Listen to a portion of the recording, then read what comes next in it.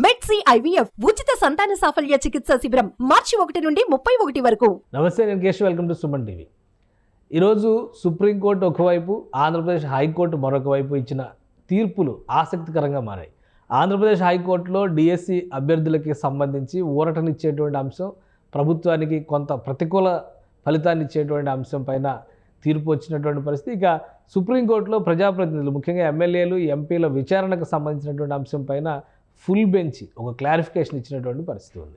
ఈ అంశాలపైన విశ్లేషణ చూద్దాం. మనతో పాటు ప్రముఖ అడ్వకేట్ బత్తుల రామకోటయ్య గారు ఉన్నారు. రామకోటయ్య గారు నమస్కారం.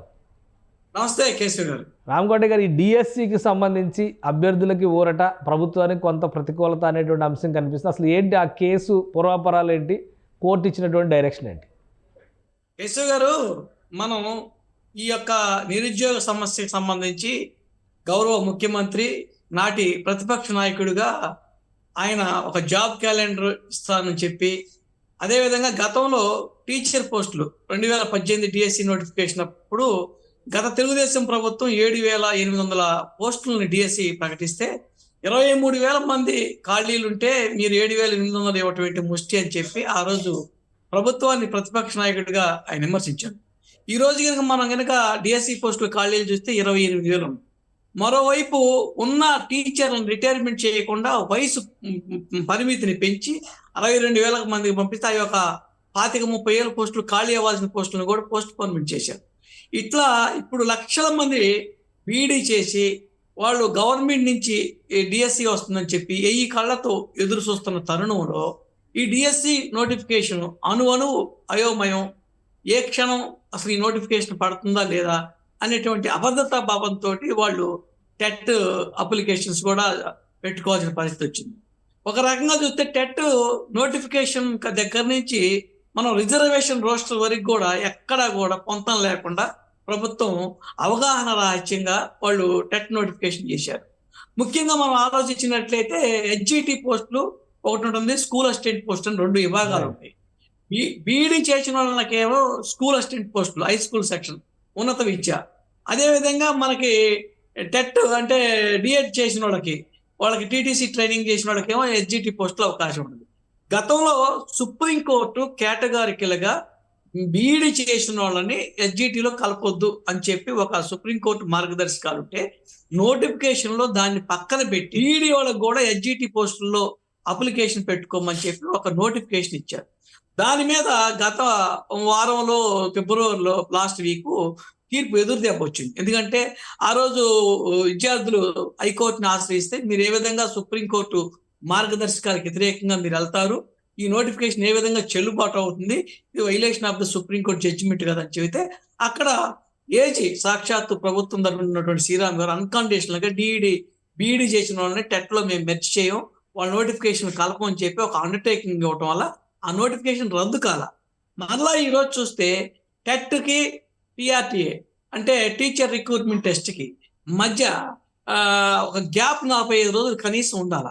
దాన్ని మర్చిపోయి ఈరోజు మనం చూస్తే 9వ తారీఖుతో టెట్ ఎగ్జామ్స్ అయిపోతాయి. ఫైనల్ రిజల్ట్ వచ్చేటప్పటికి రిజల్ట్ కానీ 14వ తారీఖు వస్తుంది, మార్చి 15వ తారీఖు నుంచి డిఎస్సిని మొదలు పెట్టడం జరిగింది. దీని మీద విద్యార్థులు ఒక అయోమయం. ఎందుకంటే ఆ సిలబస్కి ఈ సిలబస్కి పొంతన ఉండదు. డిఎస్సిలో యాష్ సిలబస్ ఉంటుంది. కనీసం 45 రోజులు వ్యవధి ఉండాల్సిన తరుణంలో మీరు మరుసటి రోజే డిఎస్సి నోటిఫికేషన్ అంటే ఏ విధంగా రాయాలని చెప్పి హైకోర్టును ఆశ్రయిస్తే హైకోర్టు వాళ్ళకి మళ్ళా ముటిక్కాయలేసే పరిస్థితి వచ్చింది.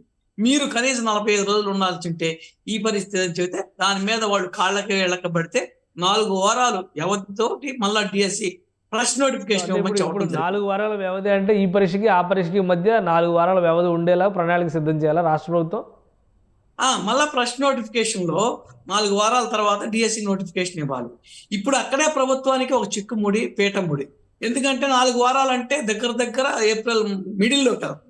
ఏప్రిల్ మనకున్న సమాచారం ప్రకారం మార్చి లాస్ట్ వీక్ కానీ ఏప్రిల్ ఫస్ట్ వీక్ లో కానీ ఎలక్షన్ నోటిఫికేషన్ వస్తుంది. ఈ నోటిఫికేషన్ వచ్చిన తరుణంలో వాళ్ళు అసలు నోటిఫికేషన్ వేయటానికే లేదు. అందుకని డిఎస్సి జరిగిద్దా లేదా అనే పరిస్థితి. ఈరోజు మనం జగన్మోహన్ రెడ్డి గారి యొక్క పరిస్థితిని కనుక ఒకసారి పరిశీలించినట్లయితే, గతంలో నేను వస్తే 25,000 వేస్తాను, 30,000 వేస్తాను ఉత్తర కుమార్ ప్రగల్భాలు కలిపినటువంటి ఈ ముఖ్యమంత్రి జగన్మోహన్ రెడ్డి గారు వచ్చి 6,000 ఒక్క వేశాడు. గతంలో 23,000కి 7,800 చంద్రబాబు నాయుడు గారు అయితే ఈయన 30,000 దగ్గర ఉన్నాయి. 28,000 ఖాళీలు ఉంటే 6,000 ఒక్క అందించారు. దాంట్లో కూడా అయోమయ పరిస్థితిలో ఉన్నారు. అసలు నోటిఫికేషన్ అంటే ఇప్పుడు నోటిఫికేషన్ విడుదల చేసిన దాని ప్రకారం చూస్తే ఒక ఎగ్జామ్ నిర్వహించి ఆ తర్వాత రెండో ఎగ్జామ్కి 4 వారాల గడువు తీసుకునే అవకాశం ఉందా, లేదా టోటల్ నోటిఫికేషన్ రద్దు చేసి మళ్ళీ ఫ్రెష్ నోటిఫికేషన్ ఇవ్వాల్సిన పరిస్థితి ఉందా? అంటే నోటిఫికేషన్ రద్దు అంటే దీంట్లో 2 భాగాలు ఉంటాయి కేశవ్ గారు. ఒకటి టెట్, 2 టిఆర్టీఏ డిఎస్సి నోటిఫికేషన్. దీనికి ఆ నోటిఫికేషన్కి అది దీంట్లోంచి క్వాలిఫై అయిన వాళ్ళే అందులో అప్లై చేసుకోవడానికి అవకాశం ఉంది. డిఎస్సికి టెట్ క్వాలిఫై కాకుండా బీఈడి ఉన్నంత మాత్రానో టీచర్ ట్రైనింగ్ ఉన్నంత మాత్రానో అప్లై చేయడానికి లేదు. అందుకని ఇందులో ఫిల్టర్ అయిన వాళ్ళు ఎవరైతే క్వాలిఫై అవుతారో వాళ్ళు మాత్రం డిఎస్సికి అర్హులు కాబట్టి వాళ్ళని మళ్ళా ఫైనల్ లిస్ట్ చేసి దాని మీద బేస్ చేసుకొని డిఎస్సి నోటిఫికేషన్ వేయాలి. ఈ నోటిఫికేషన్ 4 వారాల తర్వాత వేయాలంటే వేయటానికి ప్రభుత్వానికి సాధ్యపడే లేదు. ఎందుకంటే ప్రభుత్వం ఏది కూడా ఆలోచించుకోకుండా లీగల్ గా కానీ ఇటున్నటువంటి వాళ్ళ విద్యాశాఖ ఇచ్చినటువంటి గైడ్ లైన్స్ కానీ ఆలోచించకుండా ఒక తొగ్గులక్ చర్యలో భాగంగా ఏం జరుగుతుందో ఆలోచన రహితం చేసింది కాబట్టి ఈ డిఎస్సినే అయోమయంలోకి పోయే పరిస్థితి ఉంది. చేస్తారనే నమ్మకం కూడా ఇప్పుడు లేదు. ఎందుకంటే 2018 తర్వాత 2024 6 సంవత్సరాలు ఇప్పుడు వ్యవధి ఉంది. 6 సంవత్సరాల నుంచి బీడీ చేసిన వాళ్ళు, టీచర్ ట్రైనింగ్ చేసిన వాళ్ళు అల్లో రామచంద్ర అని చెప్పి వాళ్ళు ప్రైవేట్ ఉద్యోగాలు మానుకొని ఎక్కడో ట్రైనింగ్కి వెళ్ళి అవనగడ్డ లాంటి ప్రాంతం ఆంధ్ర ప్రాంతంలో ట్రైనింగ్ తీసుకొని కొంతమంది పెళ్లిళ్ళు అయ్యి వాళ్ళ ఇళ్ళకాడ కుటుంబాలు జరగక అప్పులు చేసుకునే పరిస్థితి ఉంది. వాళ్ళని ఈ రోజు అయోమయ పరిస్థితులు ఈ ప్రభుత్వం నెట్టేసింది. ఇంకొకటి, సుప్రీంకోర్టు ఇచ్చినటువంటి జడ్జిమెంట్, గతంలో ఇచ్చినటువంటి ఇమ్యూనిటీ ఆర్డర్కి భిన్నంగా ఇప్పుడు ఫుల్ బెంచ్ 7 న్యాయమూర్తుల ధర్మాసనం ఒక క్లారిటీ ఇచ్చింది. ఎమ్మెల్యేలు ఎంపీల అవినీతికి సంబంధించి విచారణ జరపవచ్చు అనేటువంటి క్లియరెన్స్. దాన్ని ఏ విధంగా చూడాలి, అసలు దాని పూర్వాపరాలు ఏంటి? గతంలో కూడా మనం చెప్పుకున్నాం. ఇప్పుడు మనకి 17A మొత్తం మీద కూడా ఏం జరిగింది, ఎమ్మెల్యేలు కానీ ముఖ్యమంత్రి కానీ పబ్లిక్ సర్వెంట్ని అవినీతి నిరోధక చట్టంలోకి అవకాశం ఉంది. అక్కడ గవర్నమెంట్ ఎంప్లాయా లేదా ప్రజాప్రతినిధా అనేది కాదు. బీయింగ్ ఏ పబ్లిక్ సర్వెంట్ గా చంద్రబాబు నాయుడు గారి విషయంలో మనం యాంటీ కరప్షన్ యాక్ట్ అప్లై అవుతుందనే కదా మనం గతంలో 17A చేసింది. అందుకని ఈ ఎమ్మెల్యేలు ప్రజాప్రతినిధులు ఎవరైతే ఉంటారో వాళ్ళందరూ కూడా ఈ రోజు పబ్లిక్ సర్వెంట్ కిందకు వస్తారు కాబట్టి అవినీతి నిరోధక చట్టం పరిధిలోకి తీసుకొచ్చి వాళ్ళకి ఎగ్జంప్షన్ ఇవ్వద్దు. వాళ్ళందరూ కూడా రాజ్యాంగానికి లోబడే ఉంటారు. ఎందుకంటే రాజ్యాంగానికి లోబడే వాళ్ళు పరిపాలన చేస్తారు కాబట్టి వాళ్ళు ఈ రోజు ఎలక్షన్స్ లో ఒక అఫిడవిట్ ఇచ్చారు కాబట్టి ఆ అఫిడవిట్ లో ఉన్న ఆస్తులకి భిన్నంగా వాళ్ళు ఎమ్మెల్యే కాకముందు లేదా అయినాక వాళ్ళ ఆస్తులు ఏంటి, వాళ్ళ మీద అవినీతి ఆరోపణలు వస్తే ఇప్పుడు మనం ఖచ్చితంగా వాళ్ళు ఎక్కడా కూడా చట్టానికి అతీతులు కాదు, వాళ్ళ మీద ఈ అవినీతికి పాల్పడితే చర్యలు తీసుకోవచ్చు అని చెప్పి 7 సభ్యుల ధర్మాసనం మంచి తీర్పు ఇచ్చింది. ఇది ప్రజాస్వామ్యాన్ని పరిరక్షించడానికి ప్రజాప్రతినిధులు ఎవరైతే ఈరోజు ప్రజలకి ఆస్తుల్ని దాచుకొని చిక్కింది చిక్కినట్టు, దక్కినట్టు, బుక్కినట్టు ఏ విధంగా వాళ్ళు కోటీశ్వరులు అయిపోయి ప్రజాస్వామ్యాన్ని అపాసం చేస్తూ ఈ రోజు ఎన్నికల వ్యవస్థలో కోట్లు ఖర్చు పెట్టి సామాన్యుల్ని, మేధావుల్ని, సంఘ సంస్కర్తల్ని ఎలక్షన్లో పోటీ చేసే పరిస్థితి లేకుండా భూస్వామ్యులు ఈరోజు ధనవంతులే ధనస్వామ్యంగా మార్చినటువంటి వాళ్ళకి ఇది సుప్రీంకోర్టు ఇచ్చినటువంటి తీర్పు. ఓన్లీ ముఖ్యమంత్రి లాంటి పదవుల్లో ఉన్న వాళ్ళకి మాత్రం మినహాయింపు ఉంటుంది. జనరల్గా ప్రజాప్రతినిధుల కేటగిరీలో అంటే ఎమ్మెల్యేలు, ఎంపీలుగా ఉన్న వాళ్ళందరినీ కూడా ప్రాసిక్యూట్ చేయడానికి కావాల్సినటువంటి వెసులుబాటు ఈ జడ్జిమెంట్తో వచ్చిందని అనుకోవచ్చా? ఖచ్చితంగా ఎమ్మెల్యే కావచ్చు, ఎంపీ కావచ్చు, రాజ్యసభ సభ్యుడు కావచ్చు, ఎవరైతే బీయింగ్ పబ్లిక్ సర్వెంట్ అంతా ప్రజాప్రతినిధులు ఎన్నికైన ప్రతి ఒక్కడు కూడా వాళ్ళ యొక్క అవినీతికి పాల్పడి ప్రజాధనాన్ని లూటీ చేస్తే వాళ్ళందరూ కూడా ఈ పరిధిలోకి రావాల్సి వస్తుంది. ఒకటి ఈరోజు ప్రజాస్వామ్యాన్ని ధనస్వామ్యంగా మార్చారు. ఈ ధనస్వామ్యంలో డబ్బున్నోడే ఈరోజు చట్టసభలకు పోయే పరిస్థితి తెచ్చారు. ఆ పరిస్థితిని నివారించాలంటే ఇది ఒక్కటే మార్గం అని చెప్పి సుప్రీంకోర్టు ఈ నిర్ణయం తీసుకుంది. గతంలో జడ్జిమెంట్ లో చెప్పారు, సుప్రీంకోర్టు అనేది watching dog of the constitution, కాపలా కుక్క లాంటిది రాజ్యాంగానికి కానీ ప్రజాస్వామ్యానికి కానీ.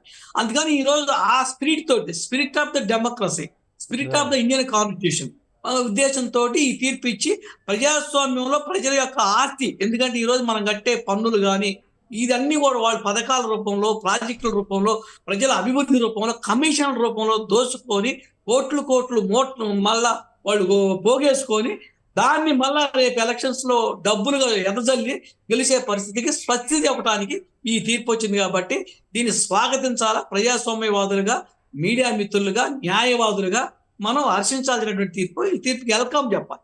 రైట్. థ్యాంక్ యూ రామగౌడ గారు మీ అభిప్రాయాలు తెలియజేసినందుకు. ఇది ఆంధ్రప్రదేశ్ హైకోర్టు ఇచ్చినటువంటి ట్విస్ట్ నేపథ్యంలో ప్రభుత్వం రిలీజ్ చేసినటువంటి డిఎస్సి నోటిఫికేషన్ వెనక్కి తీసుకోవాల్సినటువంటి పరిస్థితి ఏర్పడుతుంది. మళ్ళీ తాజాగా 4 వారాల గడువుతో 2 పరీక్షలకి మధ్య 4 వారాల ఎడం ఉండేలాగా తాజా నోటిఫికేషన్ రిలీజ్ చేయాల్సి ఉంటుంది. అయితే ఎన్నికలకి సంబంధించినటువంటి షెడ్యూల్ కనుక వస్తే ఈ పరీక్షల నిర్వహణ అనేది కొంత క్లిష్టతరం అయ్యేటువంటి అవకాశాలు కనిపిస్తున్నాయి. మరోవైపు సుప్రీంకోర్టు ఇచ్చినటువంటి జడ్జిమెంట్ భారత రాజకీయ వ్యవస్థలో ఒక ప్రక్షాళనగా చూడాల్సినటువంటి అవసరం ఉందనేటువంటి అభిప్రాయాన్ని రామకోటయ్య గారు వ్యక్తం చేస్తున్నారు.